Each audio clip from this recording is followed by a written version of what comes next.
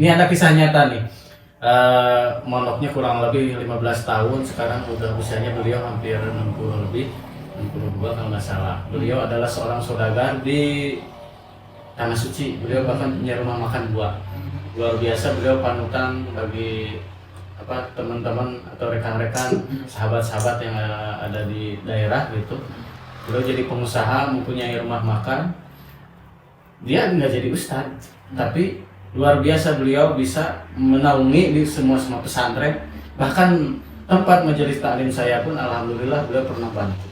Luar biasa, marhaban Pak Haji, luar biasa gitu. Yang sekarang beliau mungkin lagi di Tanah Suci. Alhamdulillah beliau setiap ada yang mau ngebangun dia bantu.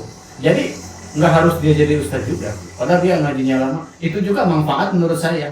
Itu ada 4 dalam kitab Durratun Nasihin. Yang pertama, orang yang akan masuk surga itu yaitu setahu saya diantaranya mati syahid. Yang kedua haji mabrur. Yang ketiga adalah orang yang berilmu dengan ikhlas mengamalkan ilmunya.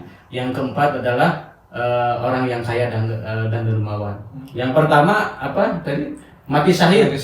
Itu pertama mau masuk surga ditanya sama malaikat Ridwan, kamu ini katanya ahli surga, apa yang kamu tujuannya datang ke pintu surga? Kata malaikat Ridwan. Ditanya, itu dalam kisah di Durratun Nasihin, mungkin bisa dibuka nanti ada lagi kitabnya. Di antaranya ketika sudah ditanya, karena saya yakin bahwa saya berjuang di jalan Allah, menegakkan syariat agama Allah, terus saya meninggal, saya tercantum bahwa saya adalah matinya mati syahid. Sudah diterterakan oleh malaikat, dituliskan. Kamu tahu itu dari siapa? Kamu tahu berjuang itu dari siapa? Saya dari ulama, dari kiai, para ustadz. Berarti ustadz dulu mundur. Sudah gitu, yang kedua yaitu apa tadi? Yang kedua teh apa tadi? Haji mabrur. Haji mabrur. Sudah gitu benar kaifiatnya, tata caranya benar gitu. Dia rezekinya dari uang yang halal, dari usaha, dari segala macamnya, benar-benar dari halalan thayyiban. Saya itu menjalankan terus ibadahnya, perakan ibadahnya benar. Sudah itu pas masuk pintu surga ditanya dulu, kamu tahu ini haji mabrur itu dari siapa? Saya dari ulama, dari para kiai, dari para ustaz. Berarti ustaz dulu, mundur dulu. Kata siapa? Kata malaikat Ridwan. Mundur dulu si calon surga yang tadi itu haji mabrur. Yang ketiga adalah orang yang berilmu, yang mengamalkan ilmunya ikhlas karena Allah. Sudah itu dia maju ke depan. Saya itu calon ahli surga. Saya sudah ditulis, saya sudah dipanggil. Kata malaikat Ridwan, benar kamu dipanggil sama saya. Tapi kamu ini wasilahnya kamu bisa masuk surga itu jasa siapa?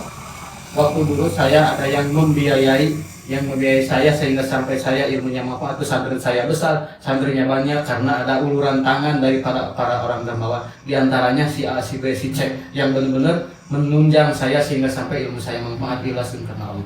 Berarti siapa dulu? Kata malaikat Ridwan, si orang itu dulu yang mengajak kamu ke surganya Allah, yaitu agnia dulu. Panggil si orang tersebut. Yang keempat adalah orang dermawan, agnia yang dermawan dipanggil. Yang keempat yaitu diantaranya, benar kamu orang ini yang dinafkahi oleh kamu ketika dia lagi mondoknya terus dia jadi kiainya, benar ya malaikat. Ketika ditanya oleh malaikat, sudah itu dia gimana? Sambil nangis, kamu yang duluan masuk surga.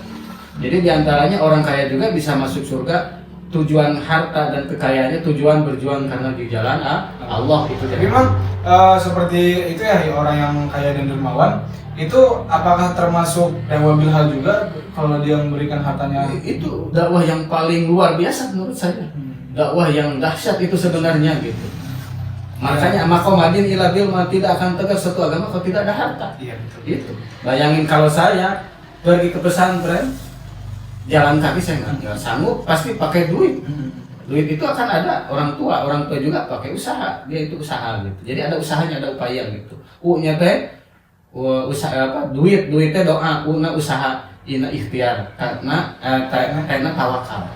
Nah itu dia. Nah, berarti ya untuk para penonton yang merasa ilmunya masih kurang gitu ya, terus juga kayak kurang bermanfaat untuk orang lain, tapi punya rezeki yang banyak gitu ya, seorang agnia ya bisa dakwah seperti itu ya, dengan cara mengamalkan uang yang dititipkan sama Allah itu gitu.